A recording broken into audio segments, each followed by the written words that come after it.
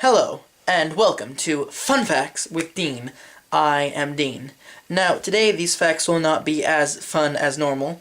They are only here so that I can assist a certain someone who shall remain nameless. See, I started that out as a joke, but then I actually had to cough, so it was really, really awkward. But the point is, you know who you are, and you have a real long name. Anyway, so this is about the world economy, or the world economy in 1500, let's say, because that's what I think your chapter is about, even though you said it was the Industrial Revolution. If you just did colonization, never mind. The point is, I think you're wrong and I'm right. Anyway, I could be wrong, in which case I'll do another one, but the fact is, I'm always right. So, without further ado, let us begin. Don't worry, I have several pages of notes right here, because I know what I'm talking about. Are you ready? Well, then let's go.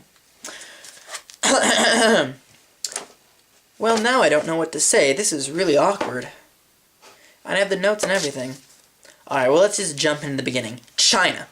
In China, essentially, they were really powerful, and they were... I can't even talk today.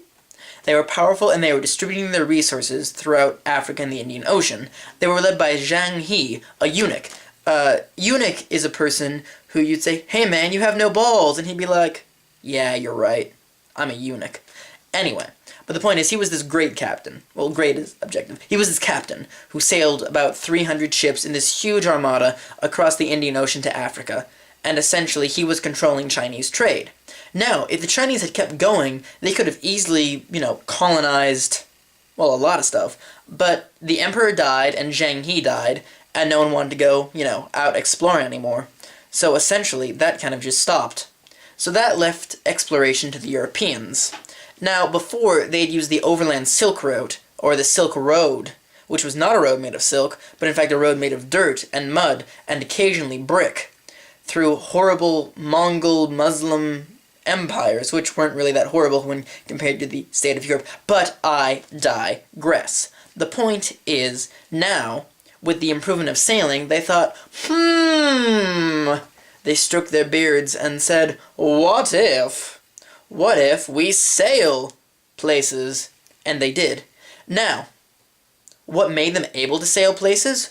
Why, funnily enough, it was technology from China, including the stern post rudder, and, most importantly, the compass, which had been delivered from China through all of those Muslim countries that you just said were awful, so shame on you. Shame on you. Now, Islam played a very important part in this, in that, well, the Portuguese were tired of Muslims, because they were Portuguese and they liked to crusade and kill people who weren't Christian. Anyway, the Portuguese, led by Prince Henry the Navigator, who was actually not a prince, he was a duke. Well, he was a prince, but then he became a duke. You see, he was the third son of the king, who wasn't a very... You don't care. Not important. The point is, Prince Henry the Navigator started a school for, well, navigating, and one of his pupils was Vasco da Gama. And Vasco da Gama sailed around the Cape of Good Hope, that's the tip of Africa for those of you who are not brushed up on your geography, sailed to the Cape of Good Hope, and then sailed around the eastern shore of Africa and to India.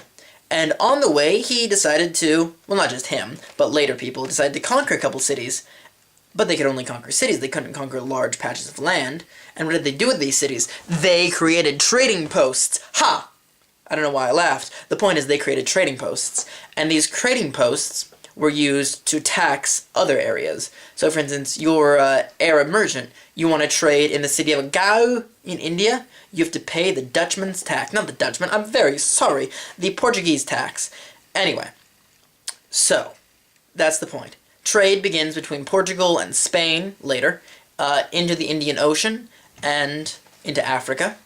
And this is where the Portuguese decide, slavery is great. Now, slaves had been used before, and they'd been used in Africa and in a couple places, not so much in mainland Portugal, but in a couple Portuguese islands and so forth. But now, with Columbus, who will come in just a little bit, the slaves are able to go somewhere else. Hooray for slaves. Well, not hooray for slaves, because they're slaves, and that's real bad.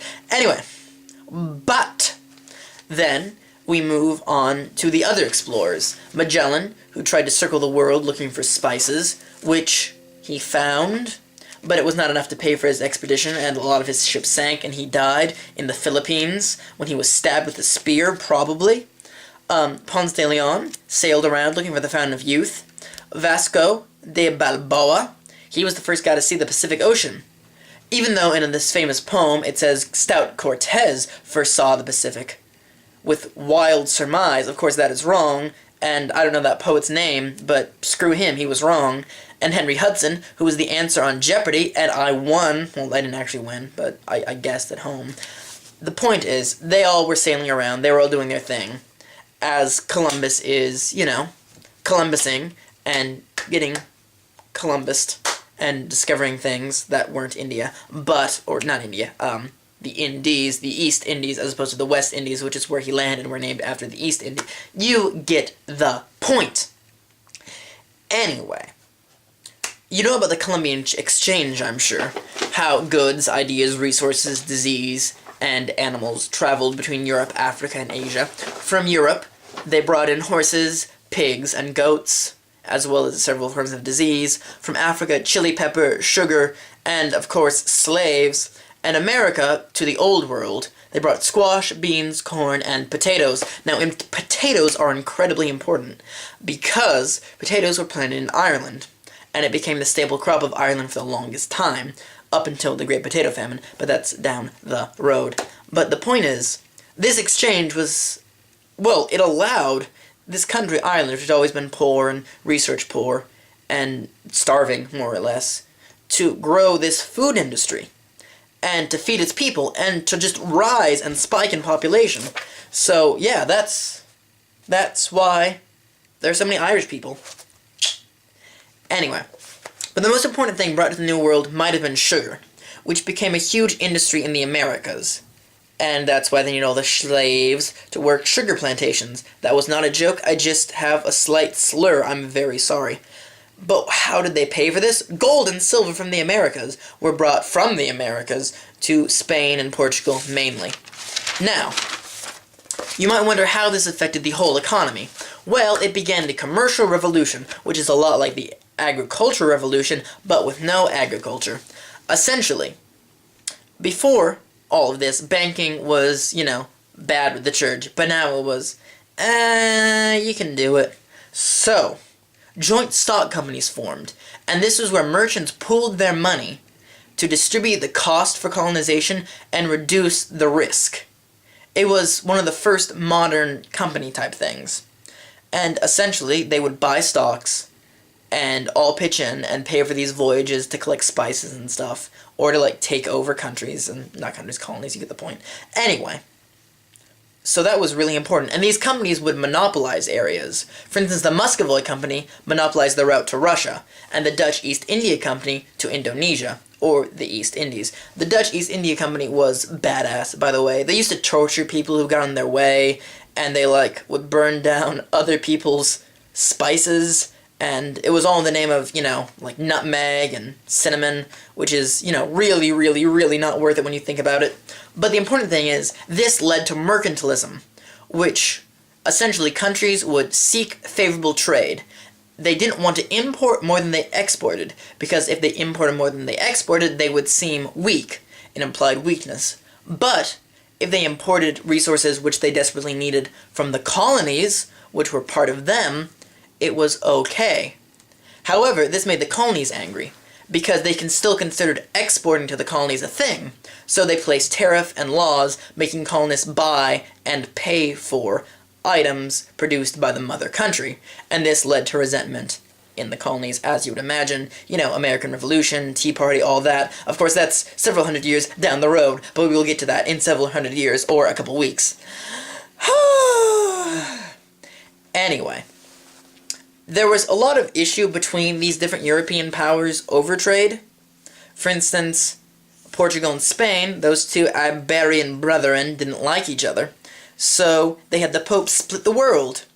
The Portuguese could control the economy of the, eastern half, with Africa and all that, and the Spanish, the western half, with, South America, except for Brazil. Brazil's fascinating. We'll get to that when we get to that. Meanwhile, there was trading elsewhere in the world. For instance, the Ottomans were trading with the city of Venice, or at least they had been. In Africa, city-states were trying to trade with European powers, but they usually got screwed over by them. The Portuguese established Speaking is hard. The Portuguese established the colony of Angola, which was later attacked by Queen Zinga. I believe that's how to say it. She learned battle tactics and allied with the Dutch to try to attack it and win back her territory. However, she failed poorly. Meanwhile, England and France had set up colonies it's hard to speak, guys. Had set up colonies in India, and they were kind of butting heads, trying to control trade there. And essentially, the world was just trying to, well, control the spice trade, which was a big thing, but also importing resources, gold, silver, precious metals, as well as various food products. So this whole thing was moving in a truly global circle, well, except for Australia, which, sad Australia, it's not invited to the global trading party. Anyway, but to sum up the point of this chapter, which I believe is the point, and don't take my word on this, but sailing diminished Asian land routes and more fully connected the world, as all, well, at this time, 5 continents were connected. Stock companies were the forerunners of modern business, and they led exploration and moved the economy more into a private sector than into a government sector, leading private citizens to better control the economy. All the while, this led to more imperialism, as European countries, nation-states, and companies raced to get goods from their colonies. Well, I hope you've had fun with these facts. I know I have. Alvita Zane. I really need a better log line. Well, I guess it's time to say goodbye. Or, as they say in Portugal, goodbye. But, in Portuguese. Later.